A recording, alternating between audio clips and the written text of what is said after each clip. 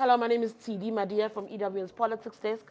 I want to chat to you about the budget, not the actual contents of the budget delivered by Minister Enoch Gondongwana last month, not the budget that Parliament has to weigh in on Wednesday. No, I want to talk about the talking, the discussions, right, around the budget. As you know, that February impasse that saw us not getting a budget being delivered, that led to the budget being delivered in March, remains very much present. It stays with us, where political parties in February were opposed to the budget because there was a 2 percentage point increment, VAT increment, being proposed by Finance Minister Enoch Gondongwana.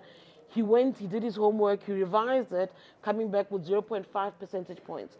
Parties, though, some parties remain very much opposed to that. They say that any increase in VAT will absolutely destroy the middle class, the working class, as well as the poorest of the poor. So that crisis, as far as VAT is concerned, remains. The reason why it's important to deal with that is that Parliament must vote on the budget on Wednesday. And that's what's necessitated the many meetings, many sleepless nights for politicians, and by extension, many sleepless nights for journalists who cover politics, like me. So I haven't had much sleep, but I'm going to try and help you understand what I understand about the talks and where we are. I think I understand the talks and the current state of play from different perspectives. You've got a DA view, you've got an ANC view, and you definitely have a perspective from the smaller parties. I'll start with the ANC because that's the largest political party. The ANC has been quite clear in telling everybody everywhere it's willing to talk to everyone.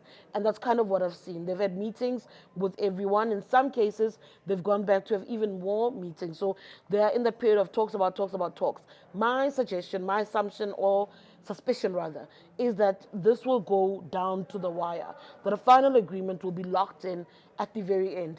I want you to think about the statement of intent when the MPs had to vote in a president. That was signed as they were about to go vote for a president. That the coalition agreement was signed at the last minute. That's how our parties function. That's how the GNU functions. That's how the GNU was born. It is haphazard. It is frenzied. They do things to the very last minute. It definitely is less structured. Hence, none of us getting sleep. So that's kind of what we've been seeing. The NC says it's talking to everyone. But what's interesting, of course, is the DA expected to be given prime audience because it is, of course, the other large political party in the government of national unity. I'll tell you that the ANC itself, while it's talking to everyone, there's different schools of thought in the ANC. The ANC always fashions itself as a broad church, and you kind of see that when you listen to the different leaders about what's the way forward with the current empire. So one school of thought wants to protect the GNU as you know it, as you see it. They want to remain in bed, working alongside the small parties that are there, but mostly the DA.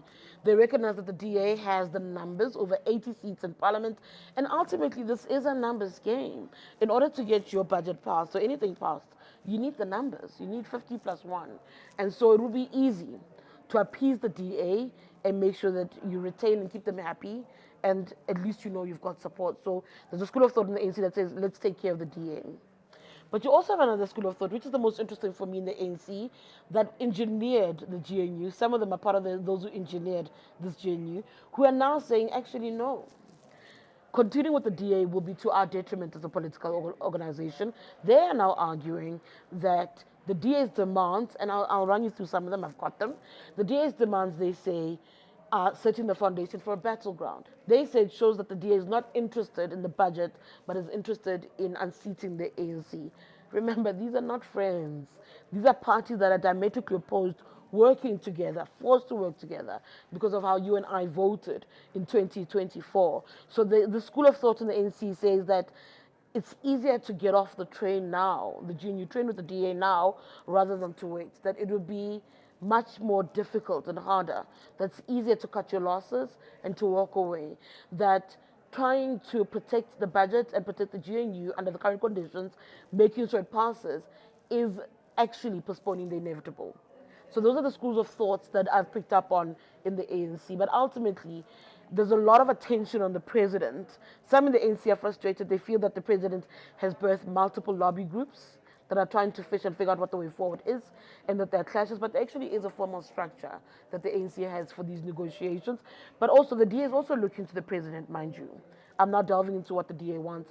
The DA is looking to the president and has asked for endless meetings because they want to get his buy-in about what the way forward is. Think again back to when the coalition was being formed.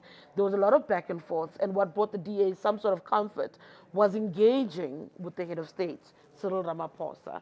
What does the DA want? It's a long list. I don't know where to start. So, DA, I've seen two letters at least, and I'm sure there are two of many that the DA has sent to the NC of what they want. The DA has publicly said, time and again, that they want an economy that will grow and to unlock jobs. And I think that actually all parties on paper should want that. On paper, that's what all parties should be demanding for this country. But I also think that there's other things that they're not telling us, that they're not open about what it is that they want. The DA has actually been quite open about being frustrated in the GNU, feeling undermined in the GNU, being tired of being overlooked by the ANC. So I think the DA was always looking for an opportunity to one up the ANC, was looking for a moment to make a political play, and the budget was the perfect one. And they kind of preempted it. They said, there will be a day where you need us for budget, and we will not support the budget. So that's kind of where we were. On paper, I keep saying on paper a lot, but the public argument that the DA has made is that they oppose the budget because it's detrimental to the purse of the poor. I don't think our parties genuinely care about us like they say they do. But I do think it was an opportunity for the DA to level the playing field. And that's kind of where they're stuck. They've been in talks a lot. This morning, the DA had hoped to make an announcement that there's agreement on paper, but guess what? That agreement that they want signed by the ANC and back to them, they never received. And that's why the talks are now back up in the air. So every now and again you hear that, oh, they're close to a deal, that only had minor differences. Oh no, they're back at it again. Oh no, it's falling apart. So there's this weird back and forth. I think that back and forth will be with us again, I said it earlier, until the very last minute. That's how frenzied the GNU is. That's how frenzied our politics are in 2025. But the DA has a list of demands that it wants, not only about the tax that they don't want, but they also want to then speak to other things. They want the devolution of rail. They want to have a hand in the ports. They want to have co-chair the Operation Vulindlela. They want the World Bank here. They want to do away with the Labor Relations Act. There's so many other things. And of course, in the mix there is land expropriation, is the NHI, and to a degree, there's an argument around the Bella Act. And they've also argued that some of these they want to do away with because they believe that these are policies that hamper growth. These are policies that scare investors, so they say. But I think NHI, Bella, SFA, and NHI, you need to recognize, are actually positions that were taken in the last administration. These are doing this would be so detrimental to the ANC, and I think that the ANC is mindful of that. But that's kind of what the DA is also looking at. So as it stands, I think DA ministers feel like they're in limbo. They think it's a 50-50. Some are like, we have programs next week, and we don't know if we'll be delivering those programs or if somebody else will be delivering those programs. And so the DA is now frustrated in this back and forth. But you also need to consider Action SA and the other smaller parties. People thought that there would be no pathway, but Action SA has been actually talking to the ANC. In fact, they started conversations before the budget was actually tabled, from my understanding, informal conversations. And right now, they seem to have reached a deal of sorts, an agreement of sorts, and that's seeing Action SA making the proposal in the Finance Committee. The Finance Committee and what happens there is being seen as a litmus test of what will happen on Wednesday. So we kind of wait and see what this impact will be on Wednesday and whether it follows through. Because I said that negotiations will happen until the very last end. But Action SA coming on board with the ANC is interesting because they've asked for a reconfigured GNU. So it leads us to asking whether or not, when the dust settles on the budget, will the DA still be in a GNU? Will Action SA be a part of the GNU?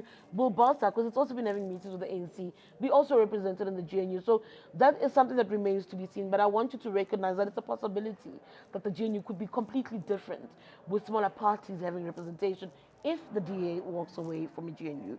Or if it stays, I think reconfiguration is a factor. Then I want to talk about the EFF, right? So the EFF has made it very clear that it's interested in being in the GNU. I think people are looking at the EFF as a last resort. So if things don't work with the DA, things don't work with the small parties, perhaps maybe the EFF. Some have said to me they feel the EFF has been humbled. Of course, humbled by experiences over the past year. They've had a difficult 2024 from the elections to losing some of the prominent members. So for them, people in the GNU, it might be easier to work with a Julius Malema now. But again, only time will tell. I think what's important to recognize or at least for me to flag for you, is what is the cost of staying or leaving the GNU? And I'm going to look at these two big parties quickly. It's interesting how if you speak to ANC people, they'll say to you, those who don't want the DA and the GNU will never push them out.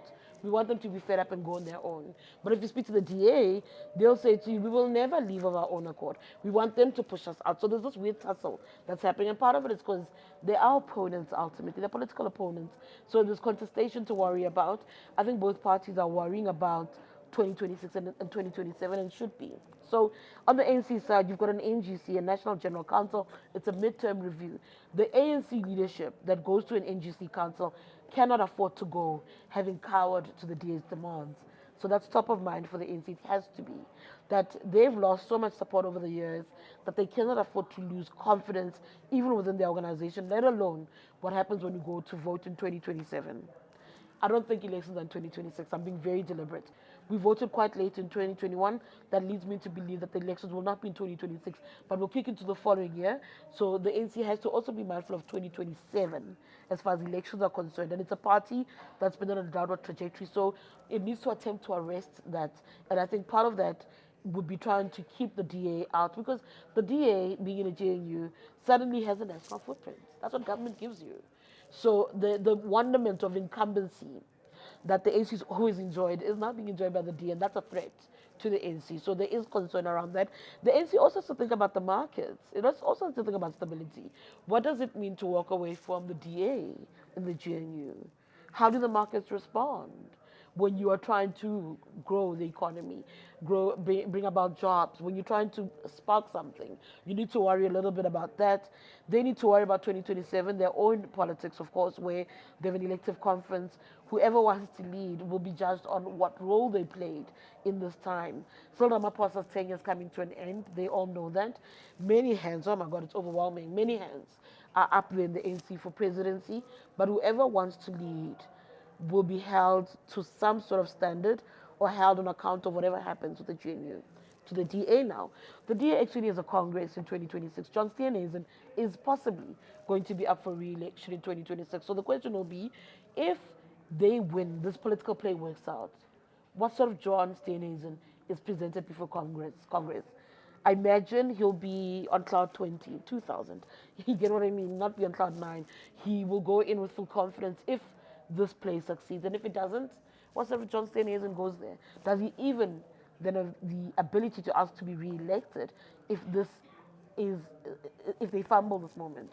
So there's a back and forth around it. Mind you, there's a view in the DA that if they walk away from the GNU under these conditions, that John will be lauded because you would have walked away based on something. There is that view. But the DA also enjoys the incumbents, enjoys the perks of being in government. We definitely see that. Then they also need to think about 2027 too, because being in national government does give them a footprint that they could not get when they were just in provinces, in the province Western Cape and in local government. It is important, it's helpful as far as profiling your leaders. A lot of people don't know DA leaders, it's helpful. So there's also that, especially for a party that wants to take over. What happens now, I don't actually have the answer. We have to actually wait and see. From me to you, expect negotiations to go right down to the wire. Only once they're in the house will we have some idea of what to expect. And then once that happens, I'll come back and I'll tell you what the way forward is.